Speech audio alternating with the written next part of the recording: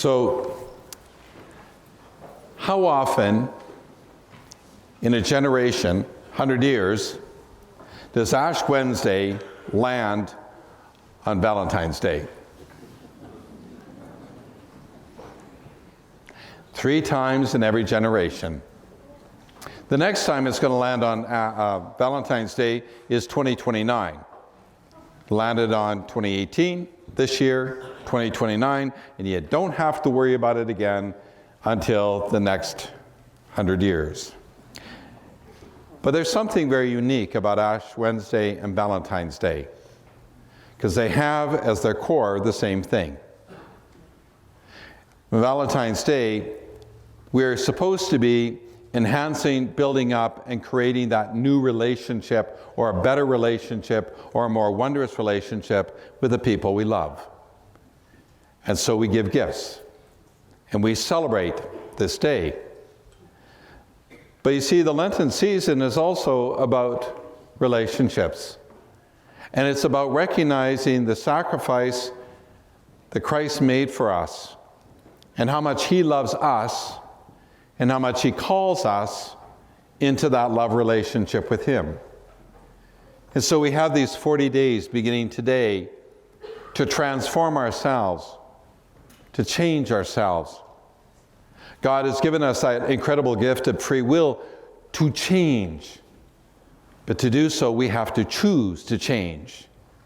It's not something that is done outside of us, it's something that comes from within us. And so we begin this journey of Lent trying to change ourselves.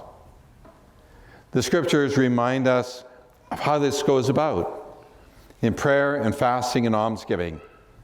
But you notice that prayer, fasting, and almsgiving are also core to Valentine's Day. Because how many of you have been meditating upon, what am I going to do now that Valentine's Day is on Ash Wednesday, and how do I fix this? That would be called meditation and contemplation, forms of prayer. And of course, every Valentine's Day and before Valentine's Day, people go out and spend huge amounts of money, which is both almsgiving and fasting at the same time, because you have to figure out where you're going to get the money from to buy those gifts or those flowers that you are about to give because you are guilt-ridden. That was much funnier than you people put on. There was a survey done in the United States about Valentine's Day, and they gave the people a list of descriptives of why do we give gifts on Valentine's Day? What is our motivating factor? Do you know what the number one motivating factor is? I'll give you a hint. It starts with a G. It's called guilt. Of what I have done and what I have failed to do. But it also recognizes the fact that we need to be working on our relationships, and doing damage to relationships is far easier than we think it is. And so you and I need to figure out ways of changing our old ways into new ways, to get rid of the old and put on the new. The story goes that there was a man who traveled from town to town. And as he traveled from town to town, he would trade old for new. And they called him the rag man. And the one day he approaches this town, and as he approaches the outskirts of the town, there's a little old gentleman sitting there in a very ragged and worn out coat. And the rag man goes up to him and says, little old man, how would you like to trade that old worn out coat for a new coat? The old man looks at him because he's no fool. And he goes, why would you trade me a new coat for this ragged old coat? And he goes, I'm the rag man, and I take old and I make new. Would you like to trade? Now the old man's no fool, and he sees a good deal. And so he trades that old coat for a new coat. And the rag man walks farther into town, a little bit colder than he was before. And a little farther into the town, he sees this woman sitting on the front porch of her house, knitting and rocking in her rocker. And the ragman calls out to her, "Lady, how would you like to trade that worn-out sweater of yours for a bright new one?" She looks at the ragman and says, "Well, I'm knitting myself a new one." The ragman says, "But my sweater is much warmer than yours." And she looks down at the sweater she's knitting, and she looks at the one she's wearing. And so she agrees to trade. And she takes that warm, nice new sweater and gives the ragman her old.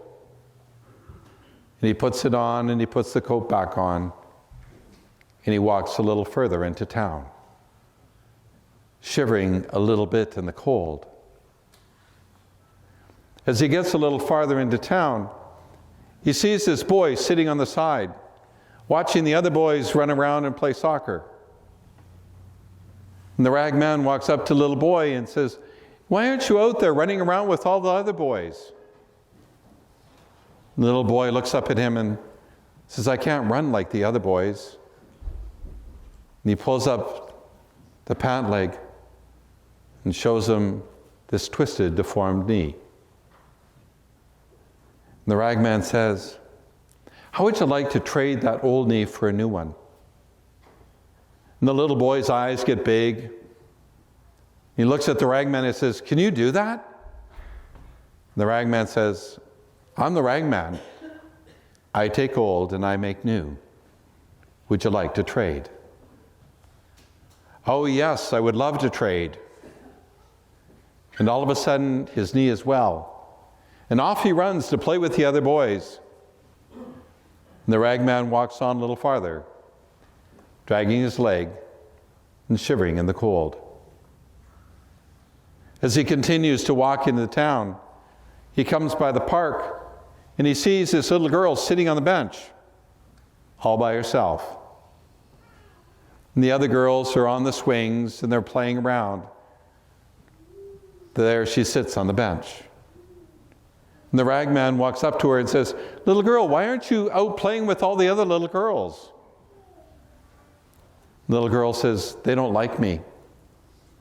And they tease me and they make fun of me because my arm is all withered and bent." The ragman looks at her and says, "How'd you like to trade that withered arm for a new one?" And the little girl looks at him. "Why would you do that?" "Well, I'm the ragman, and I trade old for new. And you can play with the other girls, and you can be accepted." And so with great excitement, she says yes. And all of a sudden, her arm is made new. And off she runs to show all the other girls that she's just like the rest of them. And the ragman walks on, dragging his leg, clutching his arm, and shivering in the cold. As he approaches the center of town, there's a fountain there. And by the fountain is sitting a little old lady. And she doesn't look very happy. And the ragman goes up to her and says, little woman, why are you so sad?" And she looks up at the ragman with eyes that cannot see. It says, "I've lost my eyesight. I can no longer care for my family. I can no longer care for my grandchildren. I can no longer watch them at play, for I cannot see."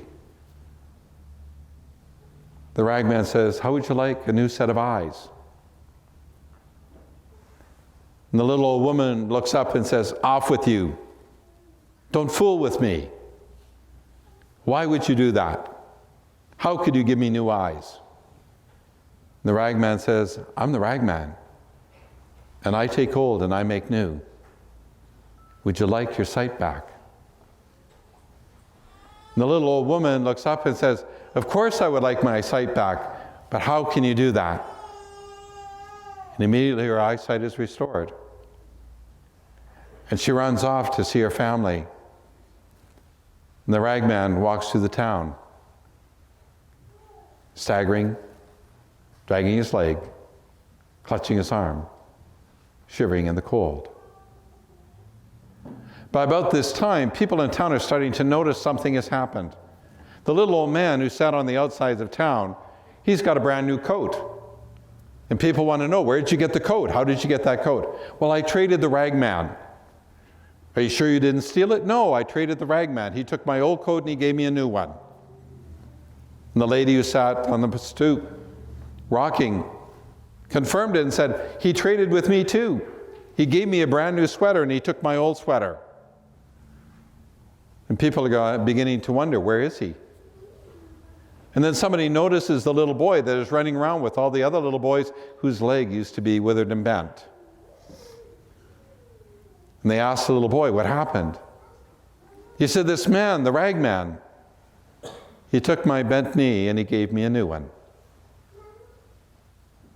People notice the little girl with the withered arm, who no longer has a withered arm, and she says, the ragman, he took my withered arm and he gave me new.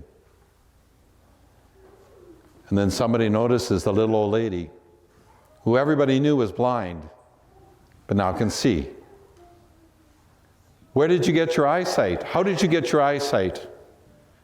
Well, the ragman, he took my old eyes and he gave me new. By this time, everybody in town wants to trade with the ragman. They've all got things to trade. And they search through the town looking for him. And they find in the dirt of the street a mark, someone dragging their leg, staggering. And so they follow it through the town and up the hill. On the top of the hill, they found the ragman hanging from a cross.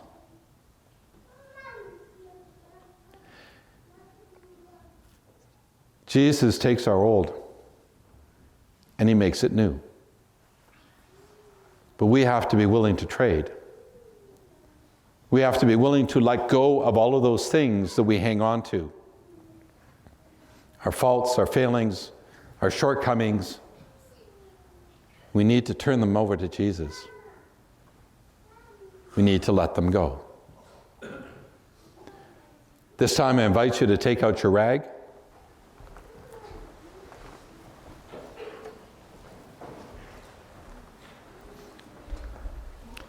And I want you to take that rag and hold it in your hands. And I want you to think about all your trials, all your struggles, all of your difficulties,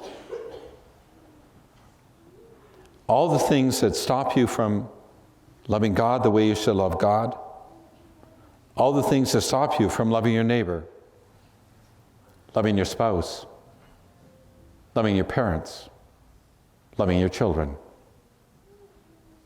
What are those things that stand in your way of being the loving person that God created you to be? What are all those things that keep us from being the people that God created us to be? More often than not, the things we need to trade are not physical. The things we need to trade are more what's in our heads. In a little bit, you're going to receive the ashes on your forehead. And you're going to be told, turn away from sin and be faithful to the gospel. Turn away from those things that stop you from being the loving person God created you to be. In the gospel, Jesus said, love God above all things, love your neighbor as yourself. That's being faithful to the gospel. That's turning away from the sins that stop us from loving one another as Christ has loved us.